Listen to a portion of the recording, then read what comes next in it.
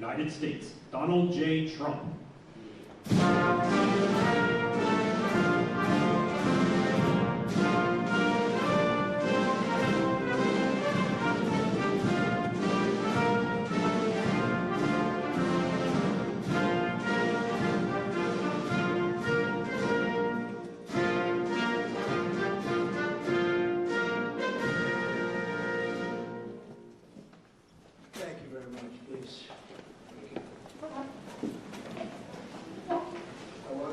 By just saying we're doing extremely well in Iran. The difference between them and us is they had a navy 2 weeks ago, they have no navy anymore. It's all at the bottom of the sea. 58 ships knocked down in 2 days. And we have the greatest navy anywhere in the world. It's not even close. So we are doing really well. We're not going to let them have nuclear weapons. Because if they had them, they'd use them, and we're not going to let that happen. Should have been done a long time ago by other presidents. So it's an honor to be here. This is fun. And these are great athletes standing behind me. Great coaches, general managers, great people, and a great superintendent. Hello, superintendent. We only put our finest as these superintendents from these great schools because we don't want to have somebody that they don't look up to. We take our best. And they're really amazing. For the second year in a row, it's my great honor to officially present the Commander-in-Chief's Trophy to the one and only Navy midshipman football team with 11 wins and 2 losses, playing the best teams in football. As you say, I used to always think of the military services, they play like a little step below. They play the big teams and they beat them. These players achieved one of the most impressive seasons in Navy football history and any football history, frankly. And I just want to congratulate the midshipmen. I met them backstage, and they're great. Thank you. Congratulations.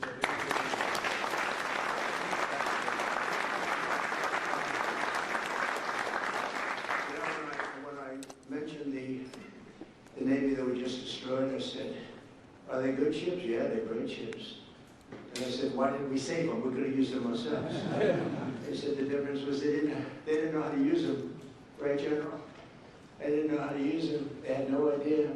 But I want to recognize Navy Athletic Director Michael Kelly, who has just done an incredible job. Thank you very much.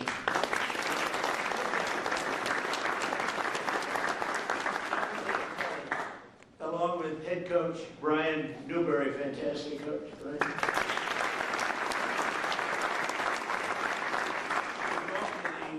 The second best start for any football coach in school history. What's second? Who's first? That must have been a Roger Staubach here, maybe, or something. Because I tell you what, I got to watch Roger Staubach, and he was something.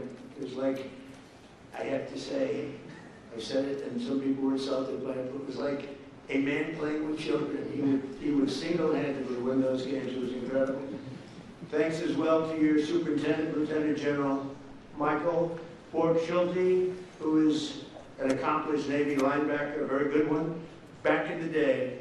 We're also pleased to be joined by Secretary of War Pete Hegseth. Now, I don't know Pete's here because I actually told him he had an option, be in the sit room, you know, the famous situation, but be up here. And if it's okay, I told him, but I think he has 2 very beautiful sons up here. They're the best. Boone and Jackson. Are you 2 guys? Well, I told your father, just be in the situation room. We're okay with that, right? I think so. Right, Coach? Coach, I think you're okay. So Boone and Jackson, someday you'll be on this team maybe, right? Would you be a Navy, Army, Air Force? Which one? Take Navy. Just say Navy. Okay. I don't want to get them in trouble. And your father's doing a fantastic job. And also the chairman of the Joint Chiefs of Staff, Dan Kane. So Dan is unbelievable, and I picked him for a reason because I was told it would take 5 years to beat ISIS by our television generals. You know, there's a big difference between generals, just like there is between coaches and everything else. They said, "Sir, 5 years," and I went to Iraq because I didn't understand why 5 years, and I met this general, and his name was Dan Kane. I said, "What's your name?" He said, "Raisin, sir." I said, "Really, Raisin? What is that?" "Raisin." "Oh, it's just my nickname, sir." "What's your last name?" "Kane." I said, "Your name's Raising Cane? You're the guy I'm looking for. And it turned out to be right. So they told me it was going to take 4 to 5 years to knock out ISIS. And now I'm in Iraq. I come down and meet him, some other generals, he was the boss. And I said, how long would it take for you to knock out ISIS? He said, 4 weeks, sir. I said, 4 weeks? They tell me 4 years, maybe 5. He said, well, whatever they want, sir. They're the boss. I'm just here. But you can do it in 4 weeks, sir. And you have time left over. I said, you gotta be kidding. And he explained that we went through a whole big thing. Well, nobody in this room would be bored by it. Actually, it's like every word I tell you, every word of it. But bottom line, I said, let me go back. But as I'm leaving, it was very interesting. I'm walking down the stairs, long fight. I had to turn off the lights after spending trillions of dollars. You had to turn the lights off in the plane because you didn't want to be spotted by the enemy. This was something, so we land. And he said, sir, would you like to rest for a while before we have a meeting? I said, I don't have to rest. My name's not Biden. I'm not resting. And we had great meetings. And then I got back in the plane and I said to him, so General, you say 4 weeks, we mean that? 4 weeks, sir, and you'll have time left over. I said, I'll call you on Monday when I get back. And I called him, I said, you still feel that way, General? He said, yes, sir. And I let him do it. He did it in less than 4 weeks. He defeated ISIS. It was amazing. What a difference. You know, I always say, what a difference the president makes. The border. They said, it can't be done without Congress. It will take years. We did it in about 3 weeks.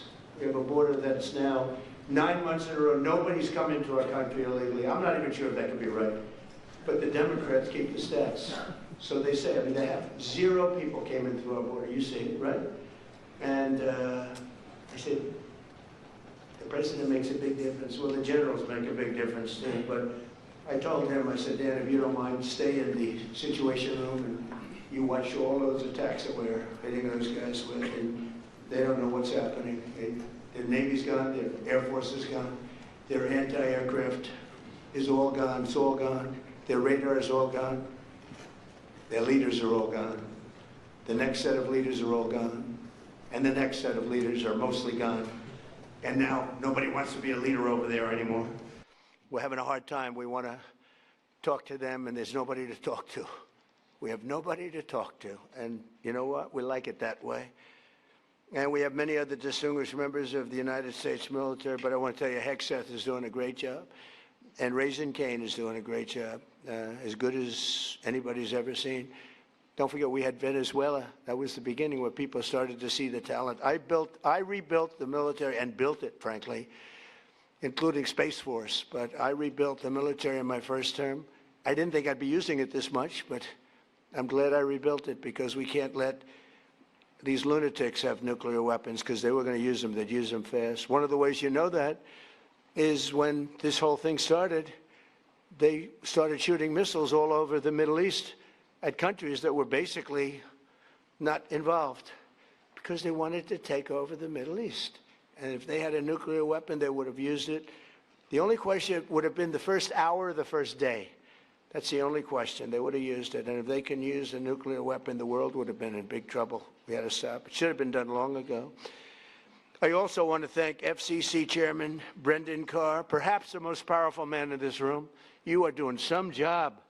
He's trying to keep the fake news. He's trying to make the fake news real and respect it again, which is not an easy job, but you're doing a really amazing job. First time that's happened in 25 years. So I congratulate you and everybody in the room. Everybody in this whole country is watching what you're doing, and we appreciate it. When a man can get elected in a landslide, winning think of it, 7 swing states, win them all. We win the popular vote. We win the Electoral College by a tremendous amount. We win the counties by 82 or 84%. And I got no good press. Think of it. Only one thing, that only means one thing. These people are not respected. They're just not respected, and we have to have a press that's respected. When you can win an election where they say that I got 94% bad press, think of it. The other side got 94% good press. When they can get 94% and you win in a landslide, that means the press is not respected. People have no confidence in. So you're doing a fantastic job. Senators Todd Young and Dan Sullivan, great senators, wherever you may be. You're here someplace. Where are you? Hello, fellas. Good senators. Great guys. And Representatives Ronnie Jackson, White House doctor. He served 3 presidents. He said he had Barack Hussein Obama. Have you heard of Barack Hussein Obama? You had Obama. I didn't want to talk about Biden, but he said, and you had Bush. You had young Bush, I call him, young Bush. I was not a fan, but that's all right. But the press asked him, who was the healthiest of the 3? Doc Ronnie. Stand up, Doc Ronnie. There's a big deal. Took a lot of heat for this. They said, no, most guys would say, well, we don't want to talk about that. They said, who's the healthiest of the 3? He said, President Donald J. Trump by far. If he didn't eat junk food, he'd live to 200 years old, he said. And I love this guy, and he then left and he ran. He was an admiral, and he then left, and he was a White House doctor, a very respected one. He saved a lot of lives. He was a great doctor. People don't realize that. And he then left, and he said, sir, I'd like to run for Congress. I said, you've never done it before. You won't be able to pull it off. In a very, very all-Trump district, there were 28 people running. Man was retiring. He's been there for years. And I said, Ron, I don't know. It's going to be tough, but we'll try it, right? And we got him in. He blew him away. There was one man that was favored. He was a rhino. He was favored to win easily, and we wiped him out, right, Ron? And he's been a congressman. He's one of the most popular people in Congress. But I don't care about that. I just care that he was my doctor, and he said I'm the healthiest human being he's ever. Ronnie, am I healthier than these guys back here? Yes, sir. Oh, thank you. All right. See, this is why I like him. Also with Ronnie is Derek Van Orden, a fantastic guy, and members of the Naval Academy's Board of Visitors. Sean Spicer has gone on to great things, and Walt Nuda. Walt, where's Walt? Walt's become a very famous guy. He works with me, and he does a great job. Great, loyal, incredible person. And Sean Spicer, where's Sean? Where's Sean? Great job, and he's got a very successful television career going. What the hell do I get out of it? Well, you know what? I get nice statements. That's what I get out of it, right? Yes, sir. 100%. It's great. You've done great. Thank you very much. Congratulations. Those are really the people that are very much in charge of making everything work at the Academy. And the other academies, separate groups. A very important position. For the Navy Midshipmen, 2025 was truly a season for the ages. You didn't just win the Commander-in-Chief's trophy, you made history as one of the greatest teams to ever wear the proud uniform of Navy football, some uniform. The teams have gotten so good in the schools that I was able to get, and we're pushing it very hard to make it permanent, a military academy deferment policy. So, because you have some people here, you know, when I went on the field and I threw up a coin, I'm standing next to these guys. They were monsters. I said, look at the size of these guys. I thought they were supposed to be smaller. I thought you had sort of restrictions on size, you know? We got rid of that because some of these guys were extremely large. And we have the NFL teams here also. When whoever wins the Super Bowl, they come. The baseball teams, we had the Dodgers, we have them all. But I saw the size of these guys, so I got used to it. And I said, these guys are as big as the NFL. And at one of the visits a while ago, first term, they asked me, they said, sir, we have a hard time recruiting because a player, if he's really good, he can't do the 4 or 5 years in the military service. Could you would like to do a military academy deferment policy? I immediately knew what he meant. And we got it done. And it allows you to defer your service until after your career. So if you go in the NFL for 10 years, so now everyone wants to join. So do I get credit for this successful team then? The superintendent's going to say yes. I don't know about the coach. I don't know about Kelly. But the coach, I think, it made your life a little bit easier. It was tough. It was tough for the teams when they used to have to play guys that were twice their size, right? So they did good. They had better heart. They have the best heart in the business, but size does matter. And so what we did is we got that so you have a deferment, so a lot of people are able to join now, and they do their service later. They're great patriots, but That would be a lot to ask, and I think it's helped your teams really compete at the highest level. The team was led by your incredible senior class, and that includes the co-captain and star quarterback, Blake Horvath, who is fantastic. Where are you, Blake? Wait a minute, you were a player. I was at that game. He's a player. Yeah, but good everything. You can run it, you can throw it. What do you think? NFL material? You have no choice, yeah. Thank you. Stay up here if you want. Look at this guy. He walks up. Most of them just stay there. Just, you know, they don't want to. Very good. Look at him. I can't get rid of him. I can't stay there if you want. Come on, stay there. He's a quarterback. What the hell? But he ends his college career as one of the most accurate Navy quarterbacks of all time, with an astounding almost 60% completion rate, second only to the man we just spoke about, Roger Staubach, who was unbelievable. He was unbelievable. He served 5 years, and then he came in, and came in at like 27 or something, and he was phenomenal as an NFL player. Likewise, senior wide receiver Eli Haydenreich scorched opposing defenses all year long. They've been writing about him, a lot of stories, setting a school record for receiving touchdowns, and you do need a quarterback for that. Where's Eli? Where's Eli? Come here, Eli. Get over here. Look at the size of this guy.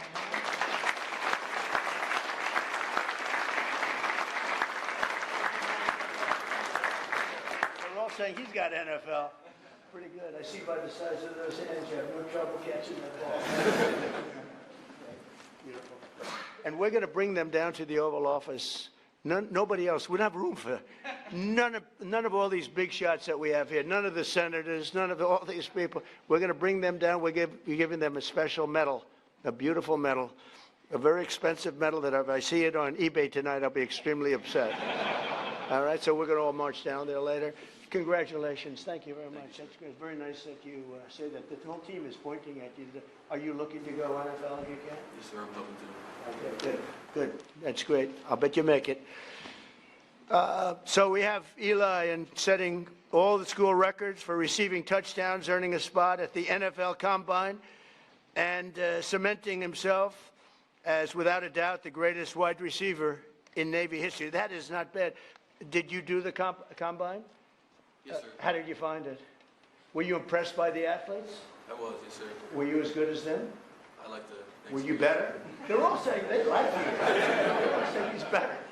Good. I can see it. We're going to watch, okay? We're watching all you guys.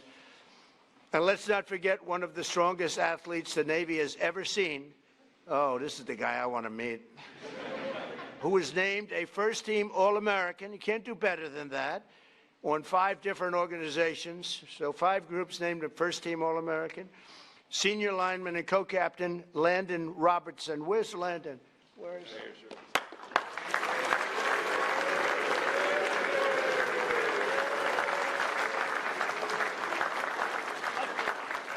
His arms are like steel. It just hurt my head. I hit his muscle. It's like steel. You think I can take him in a fight? Like Ronnie. Thank you. Congratulations. That's fantastic. So listen to this about Landon with a 665-pound squat and a 465-pound bench press. What about women playing in men's sports? Think we could have a woman take your position? Is there a woman out there? I don't think so. You know, we're trying to end that. No men. Think of it. No men in women's sports. Maybe I'll put Landon in women's sports for a little while. How ridiculous. I mean, you know, they say that's an 80-20 issue. No. That's a 99% issue. It's amazing. Thank goodness the Democrats keep pushing these things. Open borders, transgender for everybody, and they want to have men playing women's sports. So Landon has some really big records, and he's so strong that the team had to special order a longer barbell. I see, because the barbell would break. That's crazy. Is he the strongest one of the team? Is everyone? Huh? There's no doubt with all you big, strong guys. Look at this guy again. What do you think, man?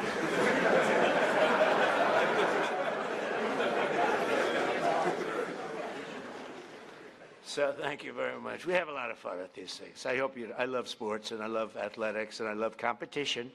I love competition, and these guys are champions. But perhaps no single player better represents the heart and soul of this team than your 5'9", 174. I love those guys. Those guys that are a little smaller than you're supposed to be, but they have a bigger heart than everybody on the team, right? And the other team, too.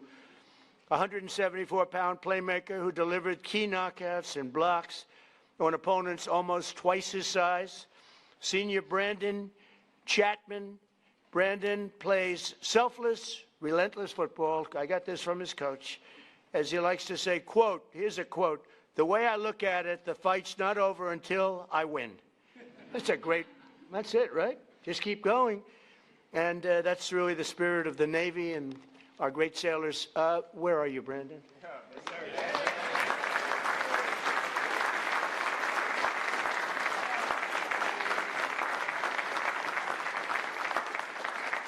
love him. Boy, I tell you, you don't have players like that. You don't win. You just can't win. You need people like Brandon, and they all have that big heart. It's very tough when you get into that elite group. When you beat those schools that are big and powerful, it's a pretty amazing thing. This group of winners opposed and opened the 2025 season with 7 straight victories, including a thrilling win over one of your top rivals. It's always tough, too, Air Force. Coach, Air Force is always tough. What is that? I mean, they're always tough. You beat them, but they always seem to have a good record, and they always seem to do well, right? But no problem with this team, right? What was the score you won by, Coach? Was it a close game or not that close? We won by 3. 1 by 3. You won a couple of close ones, but you won. Doesn't really matter as long as you win, right? So that's great, Coach. But as every Navy football player knows, you don't make it to the White House unless you also triumph over Army on that second Saturday of December, which is the whole deal. I was at that game. It was amazing. It was an amazing game. The spirit. And I have to say, they introduced Trump, the place went crazy. There were no, let's give a little boo. There wasn't a boo in the house. Even the fake news couldn't say. I've gone to games where I would say I got 97%, but there might be one person, boo, boo. They cover that person. They interview that person becomes a star. But they couldn't find any person at that game. That was some game. It was some scene in the historic 126 Army-Navy football game. And again, something I really enjoyed. I love being there. I'll be there. Coach, I'll be there. You got to be back, Coach. We can't ever lose you.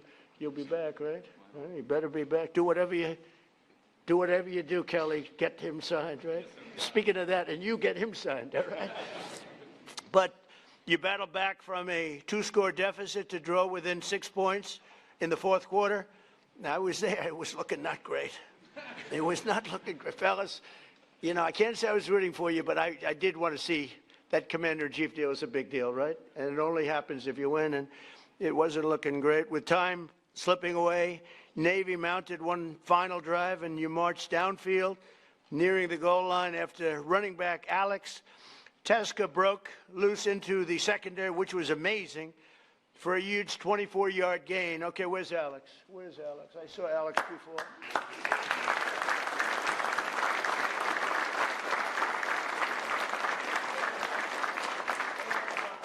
Goodness, thank goodness. That was fantastic. I watched that because it was not looking good. After you did that, the momentum shifted, right, Coach? The coach was saying, I don't know, I got a problem, and then he did that. We all felt good. That's great. Congratulations. That's beautiful. That's amazing. So Alex did his job, and he did a fantastic job. But every football player knows, every single one of them, that you don't have heart. You don't have that. You can have all the strength, like Brandon. You can have all the strength you want, but if you don't have heart, that's exactly what Alex showed, and he's another one that's known for that. Then 3 times the formidable Army defense held the line, and they really held it, making it 4th and goal, midshipmen. So it's time to do or die, right, Coach? And with 6 minutes and 37 seconds left on the clock, other teams might have kicked an easy field goal, but that's not this, Coach. Coach, did you ever call? Did you call up the superintendent and talk to him like, what do I do? Or did you just say, let's go for it? I think you said go. I think you just go for it, right, Coach? But not this team with this coach, with the Commander-in-Chief's trophy on the line, which is a big deal. Blake dropped back in the pocket, surveyed the field, delivered a strike across the middle to Eli for a touchdown, and secured victory over Army in one of the most iconic moments in Navy football history. I wouldn't say in Army football history. I guess it was iconic also, but not quite in the same manner. But I watched that. That was incredible. The annual Army-Navy game is truly one of the most special occasions in all of sports, but in recent years, the college football playoff expansion has encroached on this sacred 4-hour time slot traditionally reserved for Army-Navy. So what did I do? I went out. I don't know if I could have pulled it off. I have much more power in my second term, don't you think? What do you think? Would you say, Brendan? Much more power. First term, I don't know if I could have gotten away with this, but what did I do? I went out and said, I'm going to sign an executive order to ensure that the second Saturday in December is preserved exclusively. Nobody's playing football. Not Ohio State against Notre Dame. Not LSU against Alabama. Nobody's going to play football for 4 hours during that very special time of the year in December. It's preserved forever for the Army-Navy game. Now, if you don't want to watch football, you don't have to. But if you want to watch football, you're only watching one game. You're not watching 19 different games, all of them in many ways big. So, Coach, that puts a little pressure because the whole world's going to be watching. So nobody else is going to be allowed. Of course, we'll probably get sued at some point. We always get sued. But we win those suits, and we'll win this one. The only game that's going to be played, so we preserve that time, no matter who it is. You're playing the Army-Navy game. It keeps it special. We like it, right? Are you okay with it? Huh?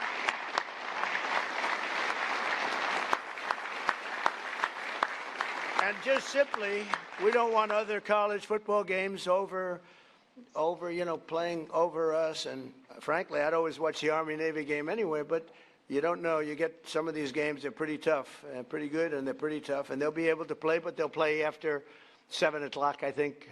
We brought it all the way up to 7 o'clock, so that should give you plenty of time, even if you have a little overtime stuff. So it's great. It's just an honor to do because it's such an important tradition of our country. It's beyond football, actually. It's a tradition of our country.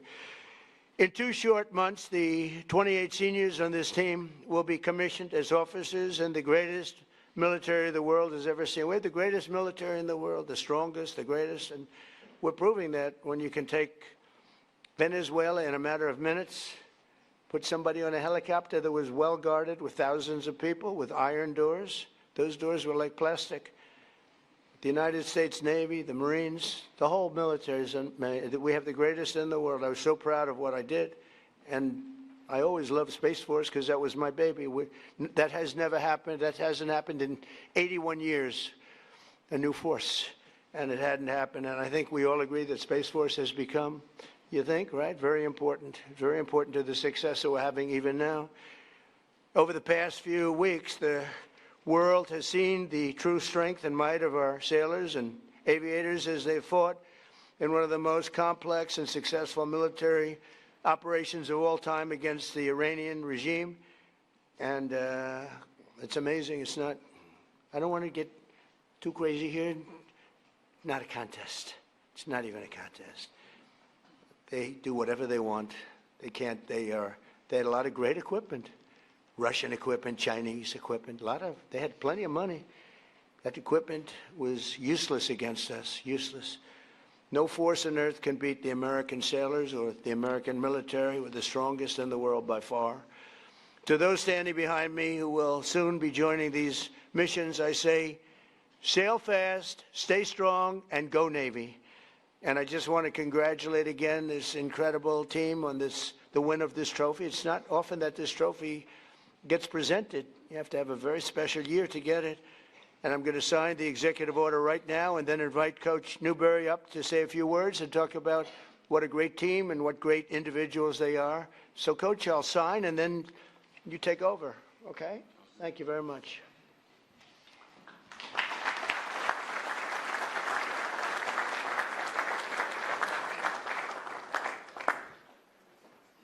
This is not an auto pen.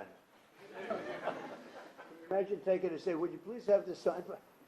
Somehow, I don't know how they got by that. It didn't work.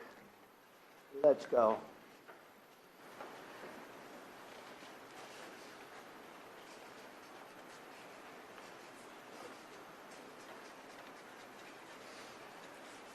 All right, it's a good one. We rate them. That's close to a 10, maybe a 10. See, fellas, you can see it first. That's pretty good, right?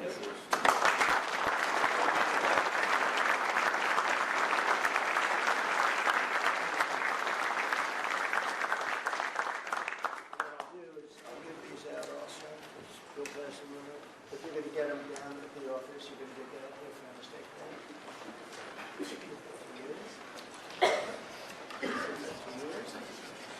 Coach, take over. Thank you very much.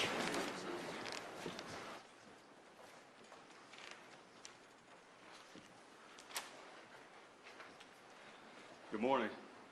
Thank you, Mr. President. Thank you for signing that executive order, protecting the sanctity of the Army-Navy game. It's a game with a soul, and it deserves to be protected. Thank you very much. Thank you to you and your staff, your gracious hospitality, and for making today's ceremony possible. And thank you to the distinguished guests and everyone in attendance for being here to recognize this team and this exceptional group of young men. On behalf of our players, our staff and their families, our superintendent, General Michael Book-Schulte, and our athletic director, Michael Kelly, it is truly an honor to be here. We're grateful and humbled to be back again. As I shared last year, it's been our goal to return to this stage many times during your tenure, Mr. President. There's no higher honor in our program than standing here, representing the Naval Academy, the entire brigade of midshipmen, the Brotherhood, and all the men and women who serve and have served in our Navy and Marine Corps. These young men understand that wearing the Navy uniform comes with a responsibility greater than football. Each day they strive to live up to the core values of honor, courage, and commitment, and the standards of those who came before them. Leaders of character who have gone on to serve our country with distinction. What they accomplished this season is a direct result of that ethos and mindset. The players here on stage and to my left in the audience are some of the very best our country has to offer. In just a little over 2 months, these 28 seniors standing behind me will graduate and commission as officers in our Navy and Marine Corps under your command, Mr. President. They will do so with character, discipline, and the values that define this institution. I also want to recognize our fellow service academies, the United States Army and the United States Air Force. The rivalry we share is among the greatest traditions in college football, but it is grounded in deep and enduring respect, because we know that one day many of these young men may stand shoulder to shoulder in defense of our nation. The Commander-in-Chief's trophy represents the commitment, discipline, teamwork that define the future leaders and warfighters of our armed forces. Every day our players balance the demands of Division I athletics with the responsibility of preparing to serve as officers. That challenge forges the character this trophy represents. In our view, it is the most meaningful and honorable trophy in all of college sports. To our families, alumni, and the countless people who support the Naval Academy, thank you. Your belief in these young men and what this institution stands for makes moments like this possible and special. Mr. President, thank you for hosting us today and for your continued support of the men and women who serve our great country. This time, I'd like to bring our two captains, Landon Robinson and Blake Horvath, up to present you with a couple of gifts. Great. Thank you.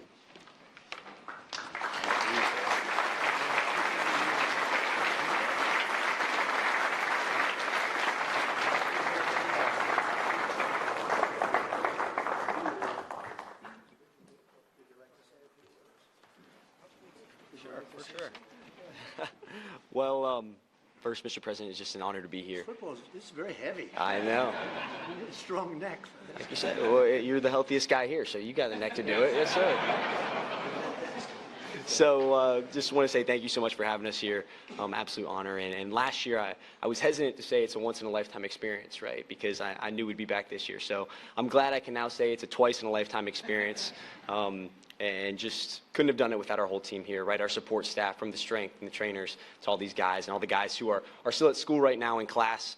Thanks to all of them, and just for everybody for supporting us. And you know, go Navy, beat everybody.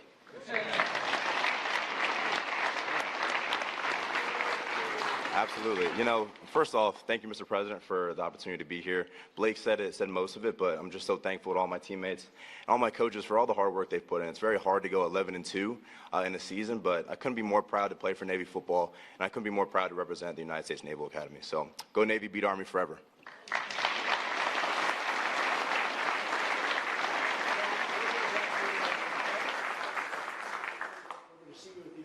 Now, anybody does not want to go to the Oval, please raise your hand. See you at the Oval. Thank you. See you at the Oval. Thank you, everybody.